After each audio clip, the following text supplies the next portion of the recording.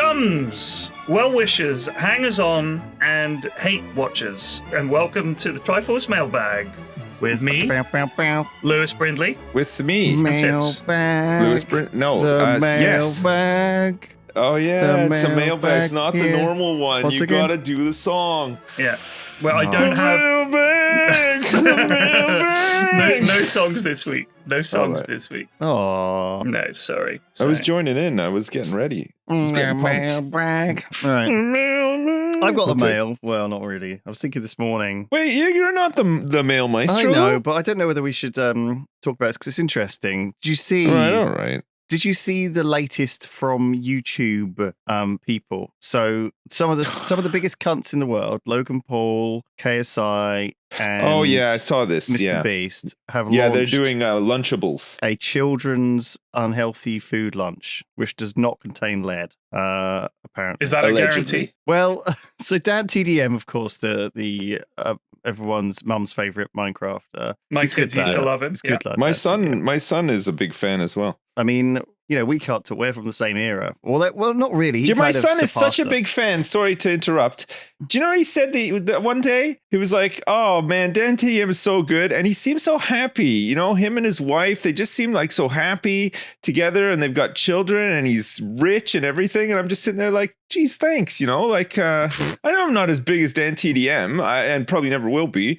But, come on. I mean, like, you can't just say that about somebody else who does the exact same thing as me. You gotta have some loyalty, right? Like, he could just turn around and be like, Dad, I think you're the best, But no, it's Dan TDM. So you're right. It's everyone's mum's favorite YouTuber. But I think we've met. And honestly, he was a lovely, lovely boy, a lovely man. Yeah. And do you know what? Like, he came out and said, what's going on with YouTubers, man? Like, I think he just saw the advert for this Lunchables thing, which is basically Prime and some biscuits. It's like sugar and salt. But then again, the cycle. Sounds good to me. It's always been the way, right? If I was a kid, that's what I would have Yeah. wanted for my lunchbox. I don't want apple slices or. I used to have a Pepsi in my lunch. I don't think you're allowed that anymore. I mean, it's all. I distinctly remember going to school with a can of Pepsi in my lunch, and other stuff too. But a can of Pepsi was like, It's called Lunchly. It's called Lunchly. That's right. It's the latest. There was like they always go in cycles, right? There's like Matheson's Fridge Raiders, which are basically just sausages.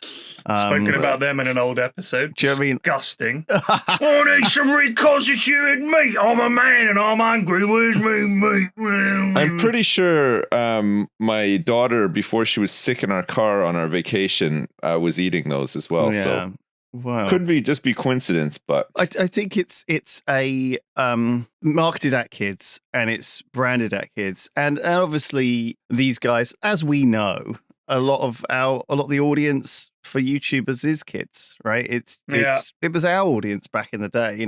We were making videos for kids. I didn't realize it, but I think these three do realize it. I get what, like, Logan Paul replied to lots of things, but he was like, I think he said, we built our brands, creating content and stuff, and now we want to start businesses. And I didn't see anyone complaining when they found lead in Lunchables or something like that. Yeah, but they found some lead in one of the Prime energy drinks, ironically. Right. I mean, I don't know how much or the details, but I do know that in America, the I think, is it the FDA that has set the rules about how much of each kind of thing you are allowed to have in your products. Yes. The tolerance levels that they permit are pretty high. Like, you can have like 10 locusts in a jar of peanut butter, no problemo. Yes, it's called insect parts, actually. And But they it's do not measure even it. just insects. It's all kinds of shit. Oh, God. It's frightening. Anyway, like ant dicks. You're saying to me there might be ant dicks in my peanut butter? you can have like up to 60,000 ant dicks in your peanut butter. Yeah, I know. Not many, just no fewer than a dozen. I just wondered what you guys thought, because it's the world we live in now. What are you thinking of going into Lunchables? Yogg's Lunchables. You're asking a 45-year-old man and a 48-year-old man what we think about the state of the world in general. I guess it was always like this. It's a goddamn disgrace. It was always like this. I can't believe people raise kids in this fucking crazy world. It's a hellscape. I'm going to yell at clouds in a second. Okay, Exactly. good point. We're not allowed to have an opinion once Thank you get you. to our age, or you sound like a boomer. No, fair Yeah, enough. that's it. All right, let's crack on with the emails. This is an email from a doctor. It's called Saturday Night Palsy. Okay, palsy spelled Palsy for anyone wondering. Right. And this is a two-parter. I love the way he's broken it down. Eyeballs. The lad that said he had his eyes removed and put back in his head, mailbag 36, is unfortunately mistaken. The optic nerve is physically attached to the back of the eye. The retina, which detects light, is practically considered an extension of the brain. If it was detached, the eye would be non-functional due to non-working nerves. And there is the minor issue of the ophthalmic artery also likely being severed. Strabismus surgery is actually fairly non-invasive, but pretty cool. The extraocular muscles are impaired, so you disconnect or reconnect the opposite side to counteract a weak or overactive side. They're all attached to the outside of the globe, so the eye most certainly stays in your head. Thank you. Man, I'm sure that this guy is actually a doctor, but at the same time, this could just be a bit, when you say like, well, if you just recalibrate the flux capacitor with 10 dilithium crystals and you carry the 3, of course, infinitely, you'll arrive at the same conclusion, doctor. You know what I mean? It does sound like somebody who's just read a bunch of big words on Wikipedia or whatever. Which one of the Kim and Aggie has their eyes popping out? Kim. Because they need that. She hasn't got popping business. back.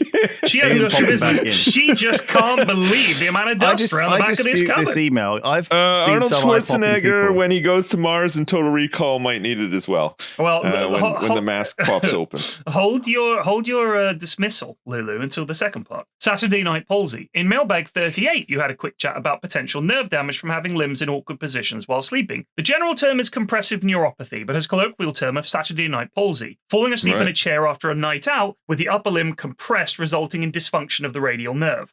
Usually this is temporary, as the nerve will slowly regain function over minutes to hours, but axonal injury may take days or even weeks to repair. If the compression is strong enough over enough time, hours, the tiny individual nerve fibers can die and permanent damage may be sustained. This is more common with severe intoxication or substance overdose. It is also a risk after a fall in the elderly or physically challenged who may be unable to move for hours at a time without help. Sorry for the dark turn, but that's how life is sometimes. Kind regards, please keep me anonymous, a doctor. Okay. Right. Interesting. I wonder if I've done permanent nerve damage. The thing is, I didn't have the added benefit of being intoxicated or being off my tits on substances, which, if I was going to damage nerves, I would go back in time and make sure that I was one of the two, at least to have some fun leading up to the permanent nerve. My dick is so big that I fall asleep on it all the time. And I wake up and my dick is like a big old numb, just penis, fleshy. Yes. Yeah, I mean, I just put it in my pocket. It's and like one of those day. squishmallows the kids love. Yes. A squishmallow. Squishmallow. I think I know what you're talking about. It's like That's exactly like mine, but imagine like one little piece of blue tack. All right. Okay. Yeah. Have you heard of jelqing? God, jelqing. Yeah, you get your cock and you flatten it out with like a book or something. What and you the keep fuck? doing this. You keep doing this, and it causes it to apparently get bigger, but obviously only one dimension.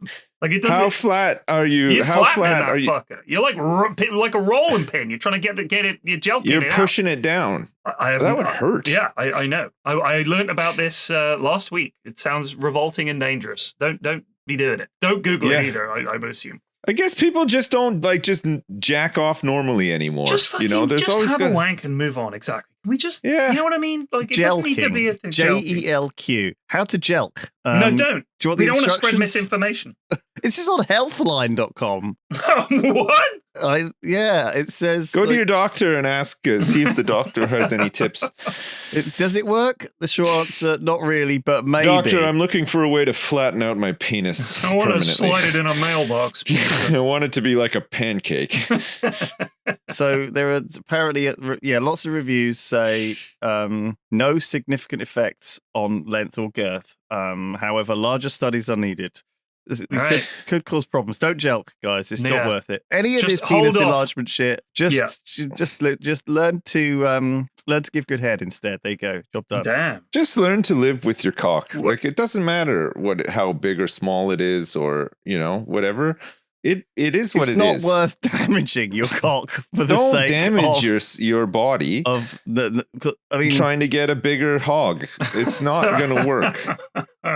Even if you got a piglet, jelqing won't make it a hog. That's the way. also, it goes. like, I get it. Like, I guess, like, what kind of scenario is there where you think, man, I've got to have a bigger cock, right? Like, what kind of, if you wanted to do your career as a porn star, I guess, or if you really were desperate for that, or maybe like if your woman left you, was going to leave you and say, look, your cock's too small, you're going to have to do something about it, or I'm going to leave you, right? There's got to be someone when's out that ever there happened? who will appreciate your small cock, though. You know what I mean? Like, Exactly. Some women might be I feel like "Oh, it's- you've jelqed yourself way too much. It's all flat Yeah. now, like a one of them, the dime bar or whatever. You know, what's it called? What's that really flat, chewy? A dime. my jelked up penis. Anyway, let's move on. Sorry. All right, let's move on. Fuck, I've lost the email because you made me distracted. All right, here we go. Jelqing. Where did you hear about jelqing? Oh, just a buddy of mine told me about it. Right. Okay, right. Oh, you got a little Saturday yeah. night jelq At the crew. pub. No, this was Right. this was at the after party At a funeral. no. Hey, guess what? Guess what I heard about? You ever heard about jelqing? Just as they're lowering the body into Hey, the you want to ground. make your penis flat like a pancake? If you put your cock under that coffin, it would crush it flat. Jesus All right, Christ. I have never listened to podcasts until the last month. We've been going on some long journeys, and I finally gave in to my husband and listened to Triforce.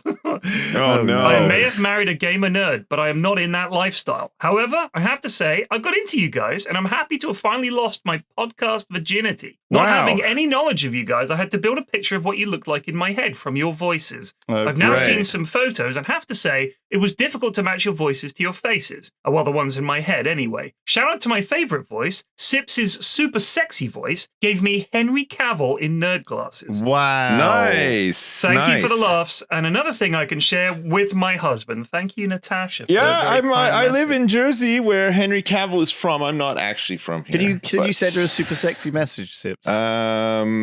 What should I say? You guys will have. I'm not good at Just these ask things. her to visit, promote Jersey in the Henry Cavill Just sexy voice. hope that she's having a great day and ask her what she's up to. Women Yeah. love that when you ask them. I hope you're having a great day. And what have you been up to? Also, visit Jersey. Boy, it's beautiful and sunny for like 5 days out of the year, and clean beaches too. There you Very go. clean. Jersey tourist board. Fucking print that. That's There you your go. one right there. Yeah, yeah. Here's one. This is titled "Addressing the Slander Against Rachel Gunn." Rachel Ray Gunn, Gunn. of course. I've done extensive research Oh, on Ray Ray Gunn Gunn. for a Yeah. show I'm currently involved in, produced by my university, and I wanted to address the slander that has been circulating about Rachel Gunn. It's honestly Okay. shocking how widespread and vicious the attacks on It her is. have become. It is. Why, it's crazy. I'm Australian, and I thought Gunn's performance was pretty dorky and unathletic. However, it's important to note that developing original moves for a routine is common in competitive breaking. Rachel Gunn has no known ties to the WDSF or any organizations involved in the selection process. The judges who selected her were from countries other than Australia and had no familial connections to her. She is, in fact, a seasoned competitive breaker, having represented Australia in several international tournaments over the years. Despite some misleading headlines, Rachel Gunn is not widely celebrated by the Australian public. Many see her as an embarrassment, and there are even calls for her to be prosecuted for allegedly cheating her way into the Olympics. What's particularly striking is that almost all of the hate directed at her seems to come from outside the breaking community. Stop the slander against Rachel Gunn, an innocent dork. Kind regards, James. James, thank you for the email. And Thank Okay, you for the thanks, email. James. I don't think we need to say anything else on that. That is No, really. there we go. Can we get more emails like that where it's just like to the point accuracy? You know, has he Bam. got some? Has he especially? I downed a gallon of give a shit, and I still am not there though. It's, Well, you should try Prime Lunchables. Like, so that might. yeah, fucking- I should gorge That might give you on the those. sugar you need to get your I need brain some going. the salt and sugar It's all the kick for things the that day. a growing boy needs. Yeah. Yeah. Guess just carry on. Oh my god. So this is from Mr. Saucy Beans. I emailed a few months ago talking about ear pain from ascent and descent on flights, a topic Lulu brought up. My Yeah. partner Yes. suffered terribly on our last trip to Tenerife and had really bad ear pain the entire week So as mentioned in my previous email, I would do a test to see if my hypothesis was correct. My theory was that if you can do the hold your nose and blow to open your airways every 10 to 15 seconds on ascent and descent, the pressure in your ears would adjust gradually rather than a big change pressure buildup. Well, we just returned from our honeymoon in Cyprus, and my hypothesis seemed to be correct. My partner had no severe pain and did not have terrible pain for the entire week like she did last time. So there you go. The method works. I do that. As soon as I feel the pressure changing, I'm popping. And then as it changes again, I'm popping. But my ears do that a lot anyway. If I'm driving and I go up a particularly steep hill, my ears will pop. So you say I'm kind of used to it. What way you hold your nose and you blow? Like it's called it's the Valsalva maneuver. It's basically that. You can just move your jaw around too. Chewing is also good. Yeah. Chewing, swallowing. Yeah. Like if you chew gum and swallow while you're, the cabin pressure is changing. That can relieve it as well. I always do that. I also find that if I'm engaged in any kind of transport, if it's on boat, on plane, whatever, to avoid any sense of discomfort from travel sickness, mint. I always suck some mints. Works like a charm. I never get any kind of travel sickness as long as I have a bunch of Triforce strong mints. I don't know why. I think that is the oldest man thing you've ever said. I know. What works for one? It was really sweet though. It was like endearing.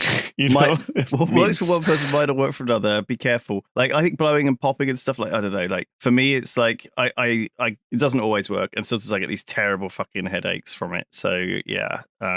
Just be gentle with your body. Yeah, be gentle. Yeah, always be gentle. Don't be going like just a gentle. Yeah. Don't blow a gasket. Yeah, and move your jaw like like that. Yeah, that moving your jaw is a pretty good. You know one. exactly what I'm doing just from that noise, right?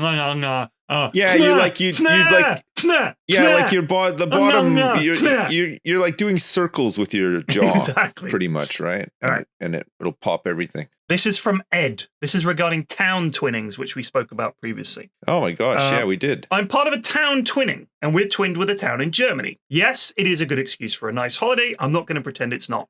But it's not all done at the taxpayer's expense, as you claim. The twinning I'm a part of is completely privately funded. We, the members, raise funds throughout the year with all kinds of events. Quiz evenings, cake sales at fates, raffles, etc. All the usual stuff you would find at a little fete organised by your nan. The money we raise is spent to fund the trips that our German counterparts come on when they visit us in the UK. When we visit them in Germany, everyone pays their own way there, and our trips out visiting the local tourist attractions are paid for by the Germans who fundraise in the same way we do. Just thought you'd like to know, Ed. Thank you, Ed. That's cool, actually. I like that. So it's more like a sort of friendship thing where you fundraise to get them over and they fundraise to get you over. It's not like the council just says, oh, we've got a bit of spare budget. Should we fix those potholes or should we have a jolly to France? So fair enough. I don't know if that's the case in all instances, but that seems to be the case in this instance. Yours might be. And even then it feels a bit like getting the local community to fundraise for your holiday. It's still the same. Imagine you live in this beautiful like German town with like next to the mountains. There's a beautiful stream, and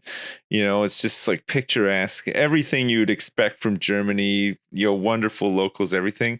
And you're twinned with Slough. Yeah, exactly. You're going to do fundraising so that you can visit. You're never going to leave your nice old German town, are you? But we cannot wait to get to Slough and see the wonderful treats you have there, the mountains, the alpine air, the flowing rivers, and all the wonderful things you no doubt have, because of course, why would you have twinned with us otherwise? And then they get off the plane, mein Gott! This is ein disgrace! Amazing. Gosh. All right, this is a good one from Samuel. I remember working at a coffee shop and being able to steam the milk perfectly. I couldn't do coffee art. I don't even like coffee, but boy, could I get that milk silky smooth. I tell you what, it is an art form doing that. Some people are not good at it, and it reflects in the coffee. Indeed. If you don't get the milk right, you fucked it. You're done. So it got Sam wondering, outside of work, i.e. something, so it has to be something you don't do professionally. If you had to challenge a random member of the public on the street, what mundane task do you think you'd be better than them at on average? For example, this is such a lame task. I can flip my toothbrush out of the pot and catch it every time. Wow. My Wow. hairdresser said folding bed sheets, not clothes, just bed sheets. They're amazing at that. And an old colleague of mine said packing a shopping bag. They could do it perfectly. So these are all incredibly mundane tasks. Can you guys think of I can a pack mundane? shopping bags perfectly because I used to do that as a job when I was a teenager. So I think we're going to discount that because that was a skill learned I'm professionally. really good at picking things up and manipulating things with my feet. Really? Yes. So Yeah. here's a question And for you. oftentimes, actually, in our house, if I drop something, I won't bend down to get it. I'll pick it up with my feet. So- and every time, my wife is like, I don't even know how you can do that. It's So I do the amazing. same I wish thing. I I've got could a do question that. for you. Can you spread the toes on your foot? Like if yes. so my wife can't. Right. And so she doesn't have the prehensile foot Right. that you and I have. So she Can you can't cross pick your? things up. Can she cross her toes and stuff? She can't do anything like that. Wow. Her toes are basically immobile. Okay, right? I can So spread I all can my do all toes. kinds I of can shit. cross my toes. I Yep. can do like I can lift like one toe at a time and stuff. Yep. Like So yeah. I can only do that with my big toe. I can't lift my others individually. I But can do that's the one exceptionally next to prehensile. the big toe, and then the other three just seem to be Yeah. joined somehow. So, but I also, if I've dropped something that I think will fit in that crease between Nice. my toes and the front ball of my foot. Oh yeah, me You too. can I pick can. shit up in there, and I'll hand it to myself like a monkey. I can Yeah. do that. I didn't realize that was a I skill. can pick up a sock off the floor, and I can do like if I don't want to like bend down to pick it up from my foot, I can like throw it up in the Yeah, air you do with a my little foot foot toss. You and do a foot catch it. toss. Yeah. I thought I was the only one that did this shit. I'm delighted. This is No, great. I do that. That's me. And you know what?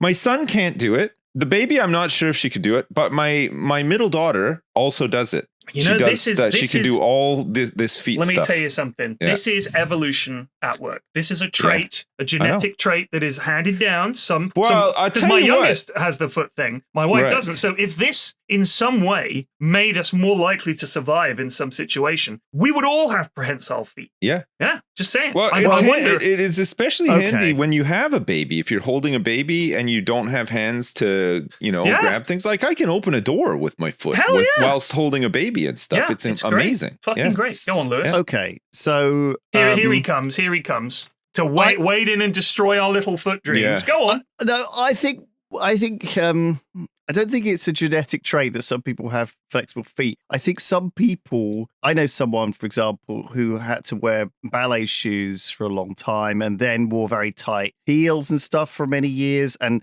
they just, when your feet are compressed into this locked in position for a long time, the muscles like get a lot weaker and it takes a long time to rebuild them. And so that's why trainers are very tight, going to get shoes. They're very tight around your foot. They restrict your feet, your toes from spreading out and moving. And a lot of people just don't ever use those muscles, and so they atrophy, right? And if you are to start wearing barefoot shoes, which I've recently started using, it takes a little bit of time to adjust. Stop. What the fuck are you talking about? A barefoot shoe. Yeah, what the fuck is that? Is It's it like it's got like the fucking toe holes and shit? Like No, it's not. Oh my God. It's just like a shoe, except it's very like open. It's like a skate shoe. It's quite low. What's a fucking skate shoe? A skate shoe, like a Vans or a DC, like a skateboarding shoe. Like, So it's a fucking sneaker. It's a trainer. What are you talking about? well, Barefoot. barefoot shoes are very low to the ground, so you can kind of feel the bumps. It's supposed to imitate walking barefoot, only like with Is a this very the one thin. where it's got little toes on the bottom? Some of them do actually, yes. I'm going to post a picture here, Sips. I'll pop it in the Discord. This is the shit he's talking about. You ready? Look Yeah. at this. This is practically the toe shoe we were talking about. Come yeah, on, maybe man. it's like this. You're not wearing shoes like this, are you? Yes, I am.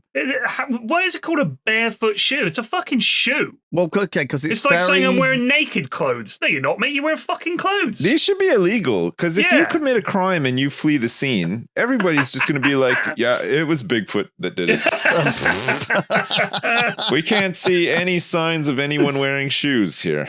It is a real thing, by the way. A lot of people don't look after their feet, and also the trainers. They have a couple of inches of cushioning and a specific shape. You have to learn to run completely differently in these because the way you run in regular trainers is completely differently to Yeah, how you'd have to run. Are you how running? you run barefoot. What? You'd have to run in these because you look like a cunt. But are you? So wait, I'll are fucking you? chase you Are down. you wearing these for like exercise? Are you like, have you started running or jogging or something? No, Or just healthy.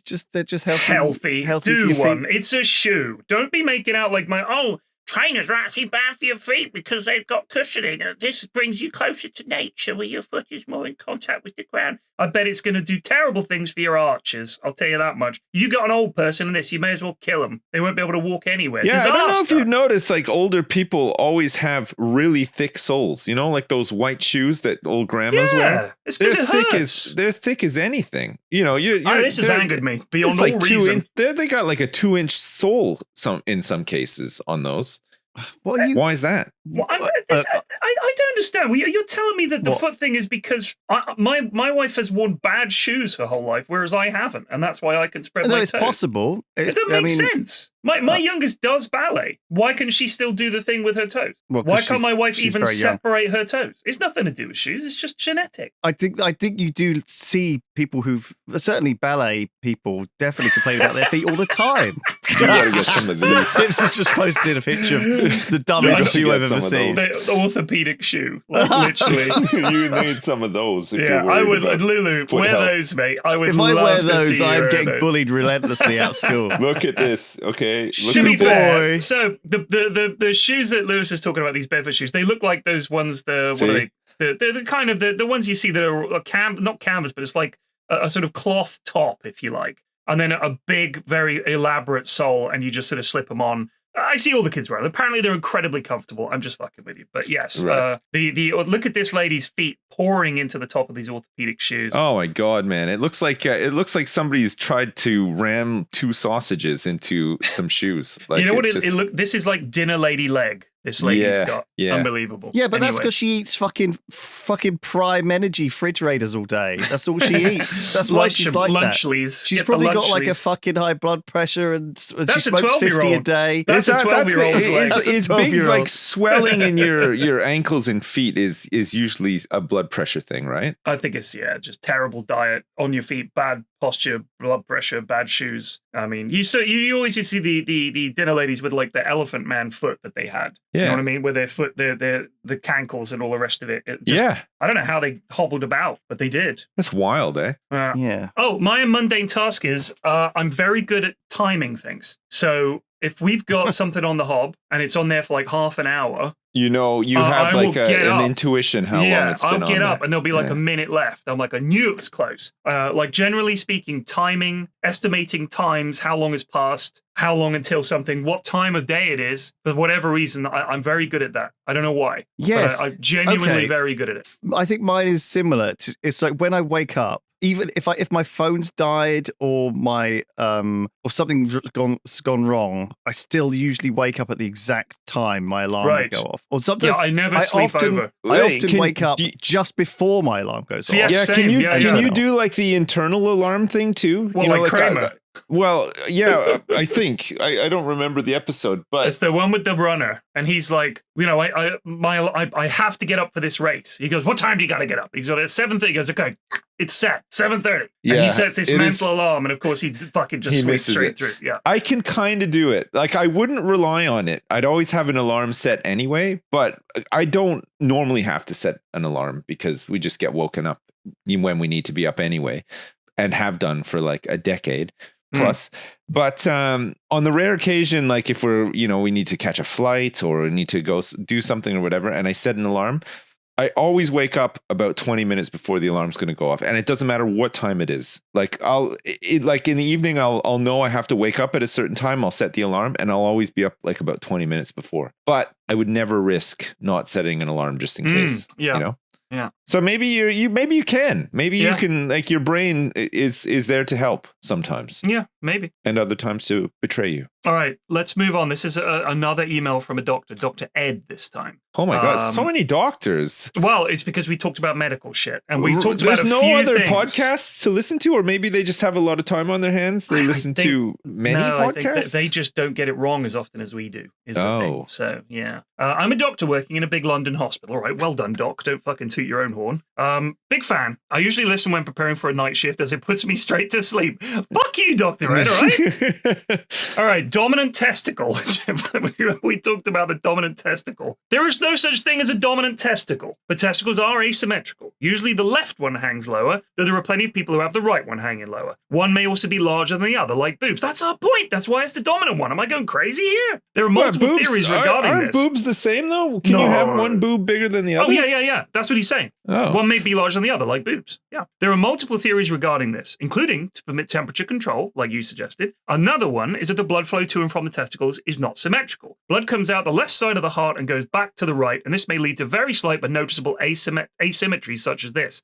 We had another email about bollocks. Lulu, I think you said one hangs lower than the other so they don't bump into each other. That is also considered one of the possible reasons. Anyway, and that's dominant. And the what? The mega ball. And the mega ball, of course. The other one was falling asleep on your arm. So he's talking about the Saturday night palsy again. But now we have a new story, all right? I used to work primarily in neonatal intensive care units. Lots of sad stories, but here's a wholesome one. A slight changes for confidentiality reason. A woman in her late 30s was dropped off at A&E by her long-term boyfriend on his way to the airport due to recurrent abdominal pain over several hours. The boyfriend unfortunately couldn't stay as he was going on a 2-week stag holiday. Not his stag do, just another stag holiday. Right. Unbeknownst to the boyfriend, the A&E doctors quickly clocked that she was pregnant, and this abdominal pain was in fact labor. She was transferred immediately to the labor ward. An emergency bleep went off to the neonatologist on call, me, with room number on the labor ward. No other details get given in these bleeps, and I was unaware of the events leading up to this. Ran over to the labor ward and found the room. I was stopped at the door by a midwife saying, "Hold on, we don't know what it is yet." This confused me at the time as I had no context whatsoever. When someone who is not visibly pregnant goes into labor, there is a high chance that it is actually a miscarriage or stillbirth with no possibility of the baby being resuscitated. So this was to prevent multiple people entering and causing chaos if what they needed was privacy and a calm environment. I was led into the room a moment later. On my left, I saw a woman on the bed crying her eyes out. In the far corner, I saw a healthy newborn baby on a resuscitator.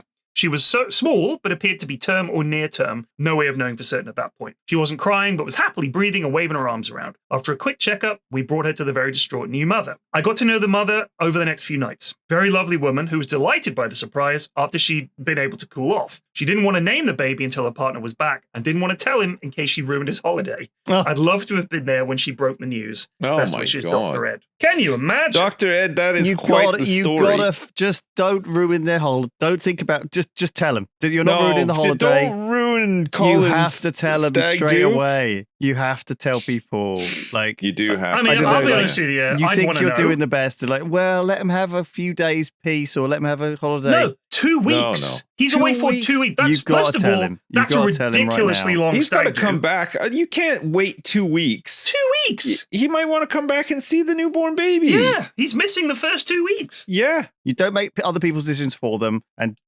like I think I get it, right?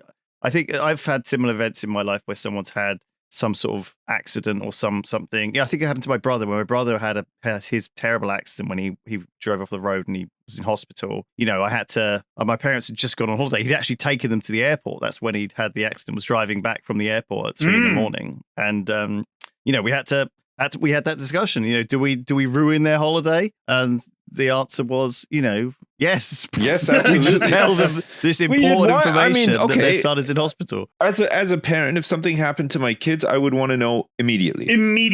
Regardless I want of to where I know am. the second it happens, and I'm on my way back. It doesn't matter where I am or what I'm doing. You've I got to don't let care. them make that decision themselves, right? Yeah, Because that is for them to make. if I would they- have questions like, how bad is it? And if they were like, she's broken her arm, she's got a cast on. The doctors say, she's going to have the cast on for about a month. Is she okay? Yeah, she's a bit shaken up. I'd be like, yeah, I'd be sounds asking like it's these handled. questions on the way, though. I would still if come one of back. your kids broke their arm and it was all fine and sorted, it wasn't a major break, and you were away on holiday for 2 weeks, you would cancel the holiday and come home. I would, yeah, just in Wow. case. Well, you don't know, eh? Like I would just feel better.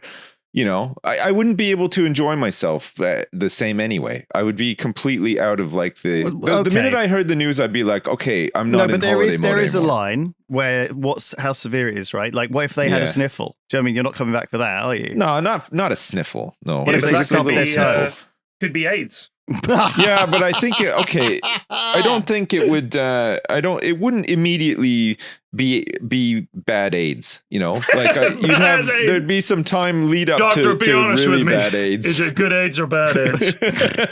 No, but It's you know what I bad mean. AIDS. Like something like that, it would be different. But like an accident, I would for sure come back for it. I would want details And- first. I would yeah. want details because if it was like, oh yeah, she got a bit of a scrape on her knee, you're like, I cancel my holiday for a scrape on her knee. Like, come on, like if you give me the details, there is a line. I mean, And especially I hate now, I hate these stories, yeah. and you hear them more and more now. And I'm sure I mentioned this, but you know, like people who go into the hospital with a complaint and they get sent home and then they die of sepsis or something. You know Are what I you mean? sure you're not just thinking of the TV show House MD? No, I'm not thinking of the TV show House MD because there's been a couple of cases recently where like NHS hospitals, doctors are being sued for malpractice because somebody's kid has died. They brought them into A&E. The doctor said, "Here, just take some paracetamol, you'll be fine in a couple hours or whatever," and they go home and they drop dead because they've missed the signs or whatever. So that shit is so scary. I know. And that's one of the ones like you guys are talking about. If it's just the sniffles, yeah, okay, fine, maybe it's just the sniffles, but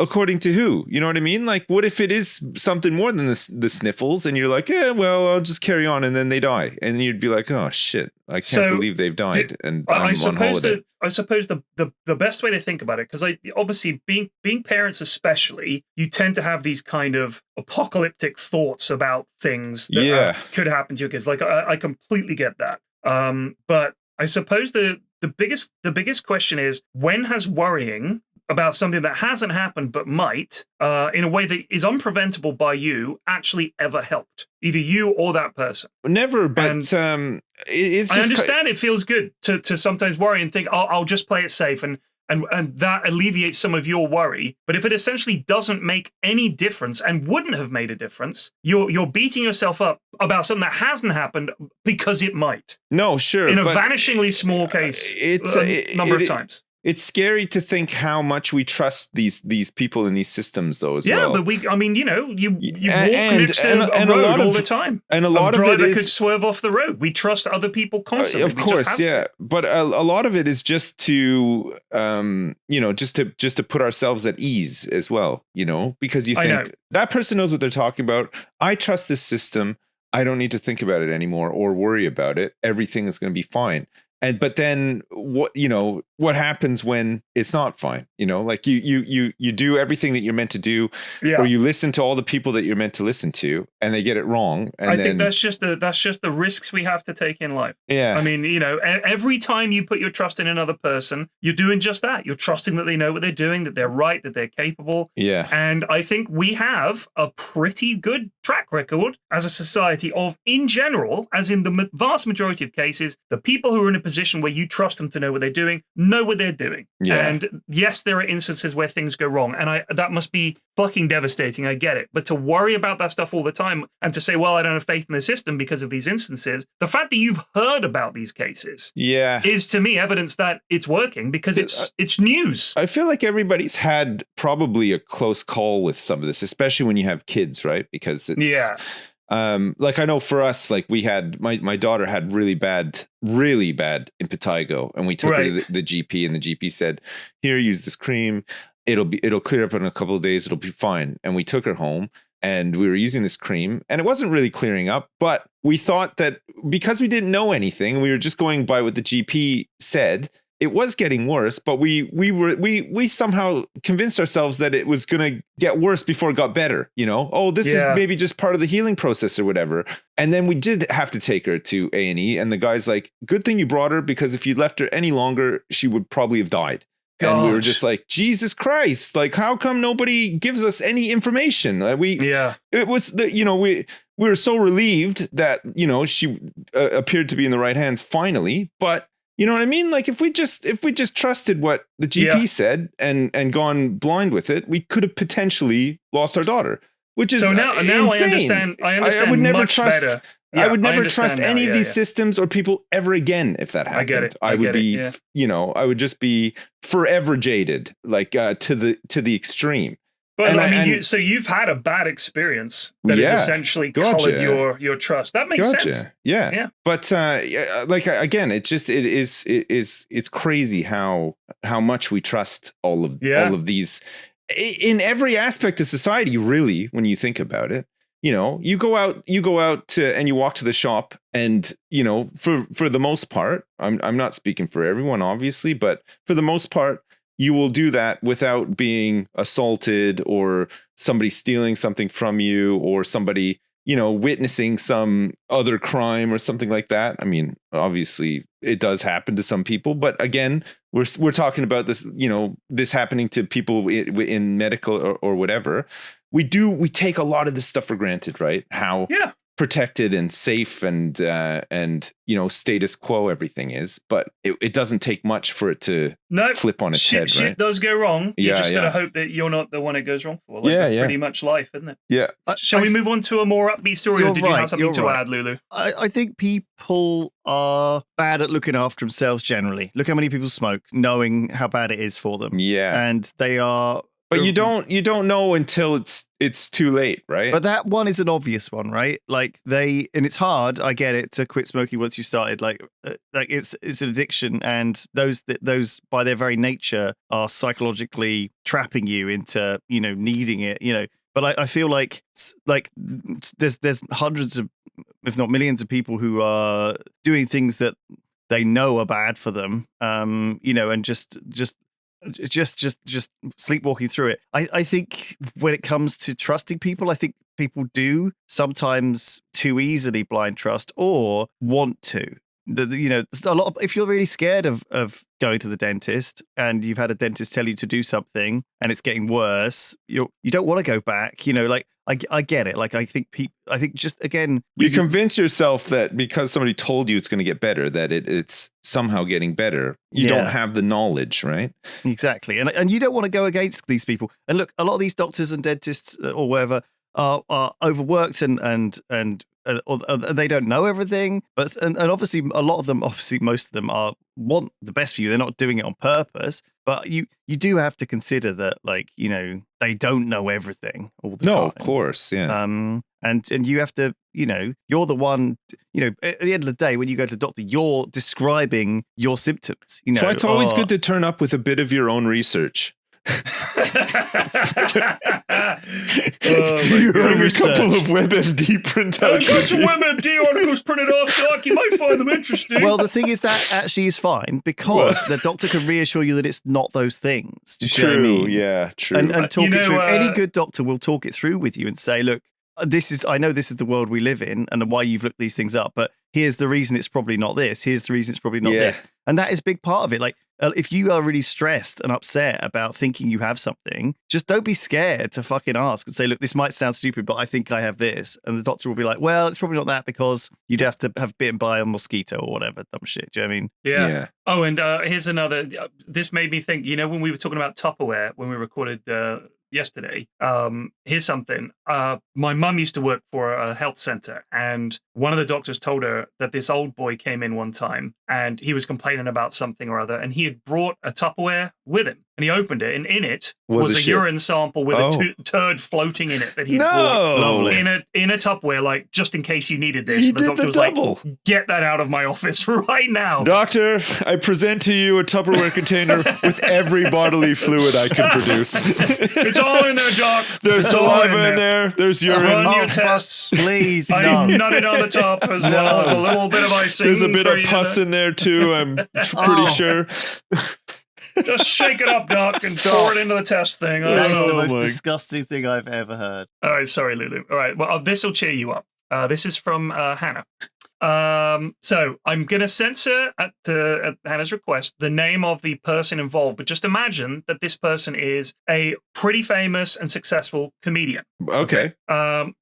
This person's younger brother is my age, and we share a friend group. For context, his younger brother is just as funny and charismatic as he is. His brother and I briefly dated. A few dates in, so this is the brother of the famous comedian. Right. Dated Hannah for a little while. Right. A few dates in, we planned a picnic, but we're rained out. out. Instead, he and my roommates transformed our living room into a park by covering the walls with paper flowers and trees while I was at work. Very sweet. I came home to what should have been an incredibly romantic scene. The living room park was gorgeous. He cooked several vegan dishes. We were both vegan at the time. And he was sitting on a blanket with candles and a traditional picnic basket. The issue is, he was also dressed head to toe as a dog.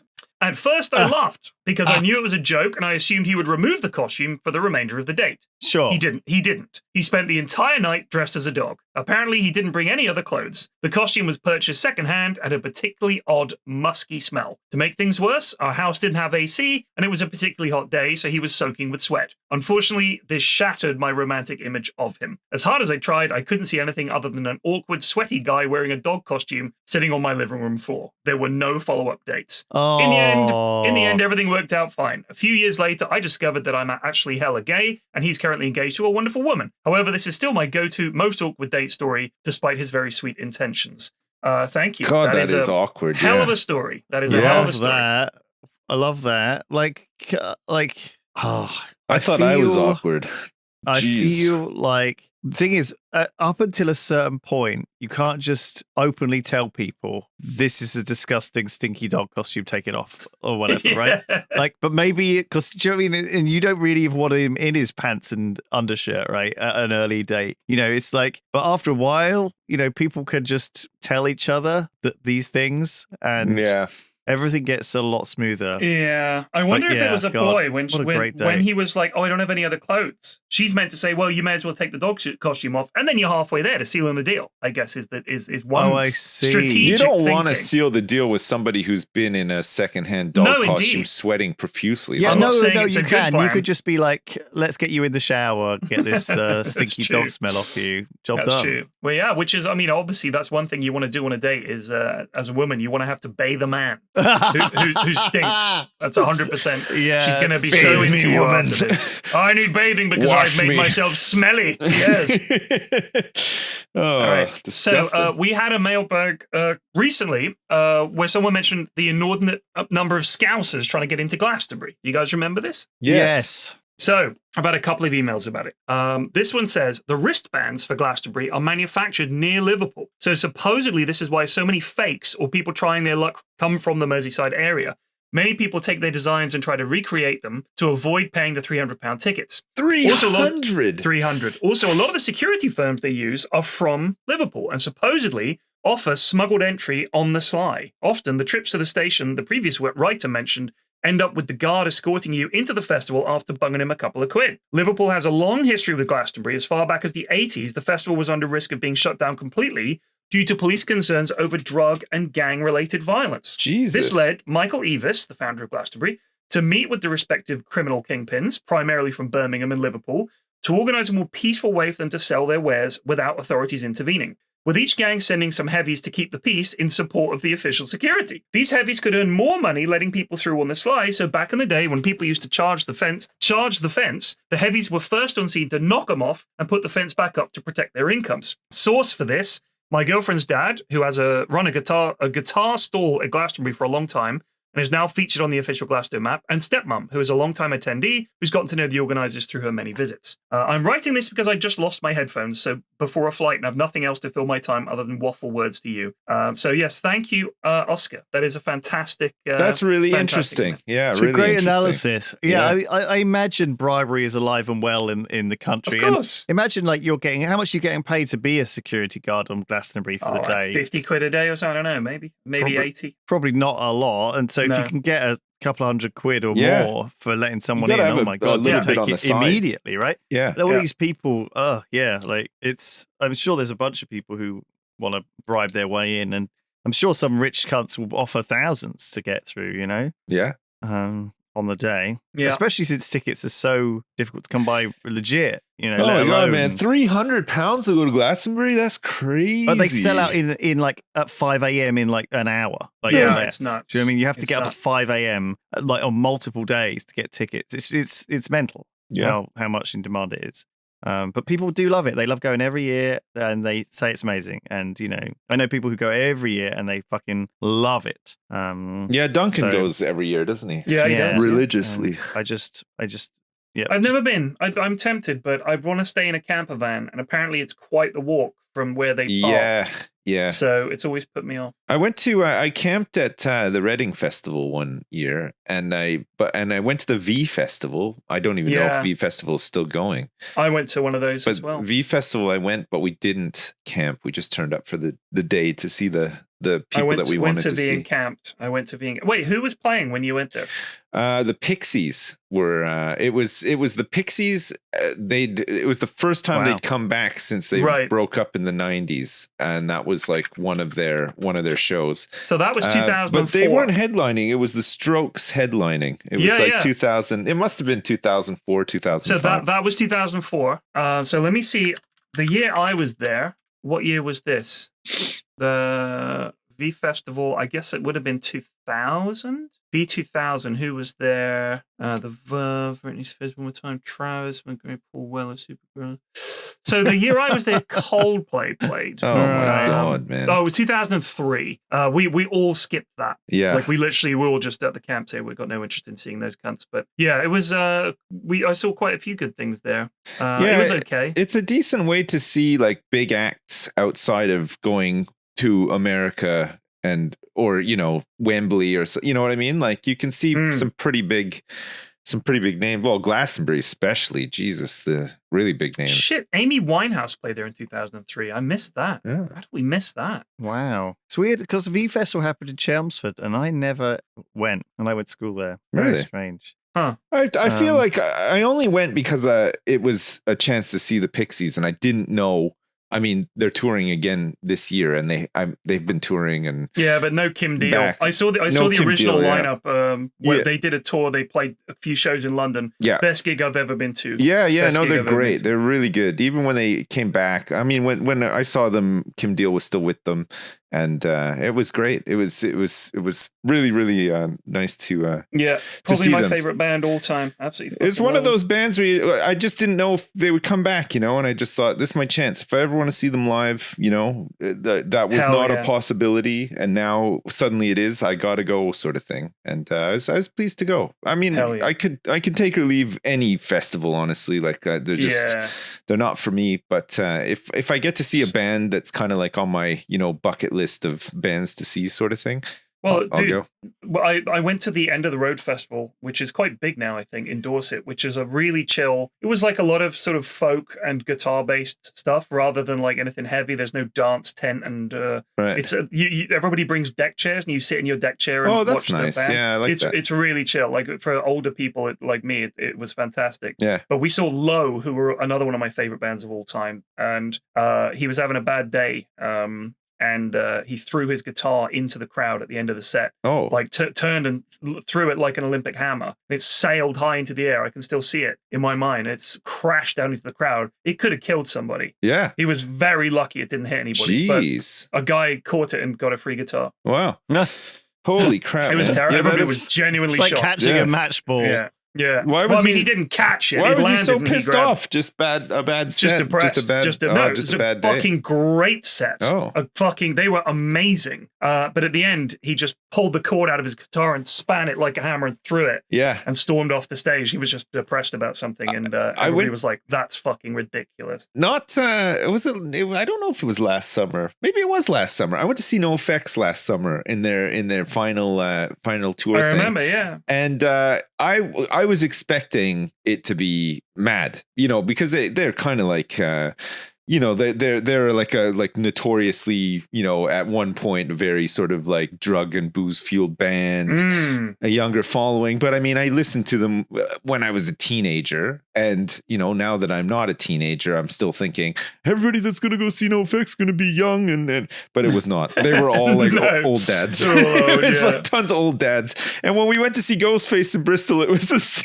Yeah. It was it's just almost all like old bands dads that were big in the 80s and 90s. The fans are fucking old now. Well, it was good though, because the atmosphere was for me better. Like I don't really want to be in some crazy situation. Like a crazy and kind of like fast. I want to be like somewhere where the pace is a bit Yeah, slower. we're and old. I mean, when you're enjoy young, it. that stuff's fine, but I fucking pull something. Yeah. All right, we got a couple of other emails to wrap up here. This is from Amber, a no burper. I found that I mostly struggle with not burping when I'm out drinking with friends, of course. Right. Recently, I noticed that I'll start feeling sick. No burp. It's because I looked up r/no burp. It always pops up for me now. Like, when I'm just browsing Reddit. Do you get like a notification on your device sometimes? It's like new top post in R no burp.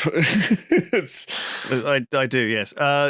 So go on, give it. Recently, I noticed that I'll start feeling sick after I have a few ciders or other carbonated drinks. Finally clicked with me that the reason for this is probably because I lack the ability to burp. Yeah. This has ruined my night in the past, but now I know the issue. I'm trying to come up with a few beverages I can have that aren't carbonated. The issue is a lot of these drinks are stronger than cider, like shots or cocktails. Yeah. And I don't want to look like a complete alcoholic when all my friends are drinking beers. Any suggestions? So far, I've been ordering vodka cranberries, and this makes me feel like an old lady. Amber, white wine. Yeah, you can nice drink glass wine. of white wine. Yeah, wine will do it. It is strong. Strong stuff. It's not right, but you don't glug it. With a cocktail, these things are so sweet, it's easy to just get it down your neck because it's like drinking squash, right? Yeah. But the point is, with wine, because it's got quite a strong flavor and it's quite sort of strong, you just sip it. So I go out and sometimes I'll go out and I'll have a glass of wine. Nice big glass of white wine. You can sip on that for ages. No burp problem with wine. There's no burp problem. A Bloody Mary? How about that? Bloody Mary, that's a meal. Irish You can have one. You could have one, you're right.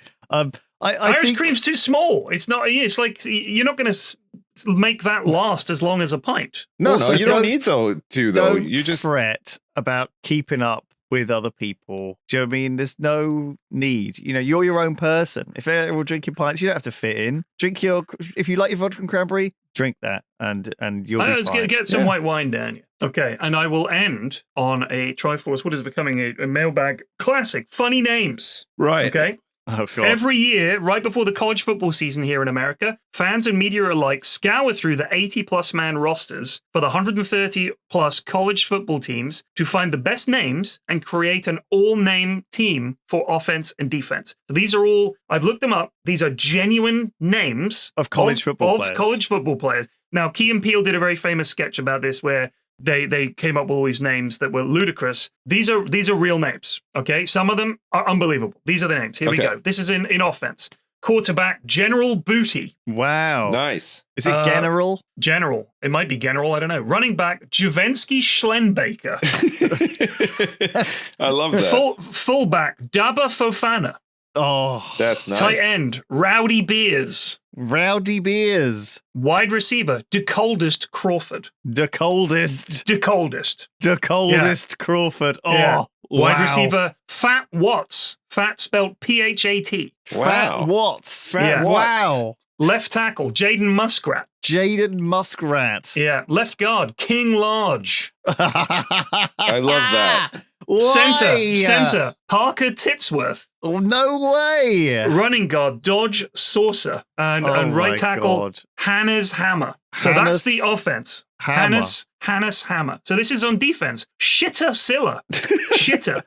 What? Yeah, shitter. Like the word shit with a T and an A on the end. Shitter. Yeah. Defensive lineman, Demon Clowney. Demon. First name, Demon. Yeah. Defensive lineman, Blazon Lono Wong. That's a hell of a name. That sounds like a Star Wars name. Yeah, this is Blazon Lono-Wong. Lono Wong. Yeah, this is Edge, the Edge. Memorable Factor. That's their name. Memorable Factor. Memorable. Yeah. His name is Memorable. Memorable Factor. Left, LB, I guess says left back, Power Eccles. These are insane names. I know. Another left back, Chief Borders. Then there's Mobility. Mo is spelled M-O-H. Last name Bility. Mobility. Yeah. Another one, Alpha Khan. Another one, Major Burns. Jesus Christ. This guy's called Storm Duck. That's his name. Storm Duck. But this is my favorite, Pig Cage. Google Pig Cage right now and look at a man whose name is Pig Cage. This is insanity. Yeah. These names are insane. You can't name a person these names. Storm Pig Duck. Cage. Parker Titsworth. Yeah, The I know. These are the- coldest. Yeah, the coldest is that is fucking sick. The coldest is the coldest. unbelievable. Yeah, I know. He is I know. the coldest. The coldest. I mean, if he fucking drops the pass, it's gonna be. You can't be called the coldest if you fuck up. You His know what I mean? middle name is Juan as well. The coldest one. That's fucking ridiculous. It's ridiculous. That's ridiculous. All right, so and a couple of Greg Wallace related emails as well, Oh, because fuck he's off. rapidly becoming my favorite subject on the podcast. This isn't particularly interesting, but you guys asked for more Greg Wallace sightings. I walked past him on a tube station platform about 5 years ago. He saw my bemused look and gave me a smile I can only describe as saying, "Yes, I am Greg Wallace." As he would. As he would. I love that so much. And then this is from Tom. When my flatmate and I left uni and were looking for a flat, his parents announced they had a flat right by Canary Wharf that we could move into. There was just one problem. They had to kick out the current tenant. I didn't think much of it until a few months into living in the flat when my flatmate and I bumped into none other than Greg Wallace in the street and they greeted each other. Greg was in a rush but seemed nice enough. And it was only afterwards when I asked how my flatmate knew him, he explained he had been the previous tenant. Oh my God. Did you No find, idea did why you just he was find renting. tons of toenails and fingernails everywhere? I bet. He seems like the type. No idea why he was renting there. No idea why he still lives in the area. No idea why he hates spending time with his son. I am not in the nicer of the two bedrooms in the flat, so suspect Greg Wallace has not literally slept in my bed. So close and yet so far. Thank you, Tom. That's a cracking Greg Wallace sighting. Yeah. Keep them coming. Keep them coming. That's it for this week. I've got tons more, but we'll save them for another one. Thank you Greg- so much Greg- for all of your mails in. And Thanks for keep them filling coming. our bag. Yeah. Thanks for filling up the bag, and we'll see you next time. Okay. Goodbye. Thank Bye. you. Goodbye. Goodbye. Welcome to the Triforce Podcast. Are you ready to share? Triforce Podcast, are you ready to shit?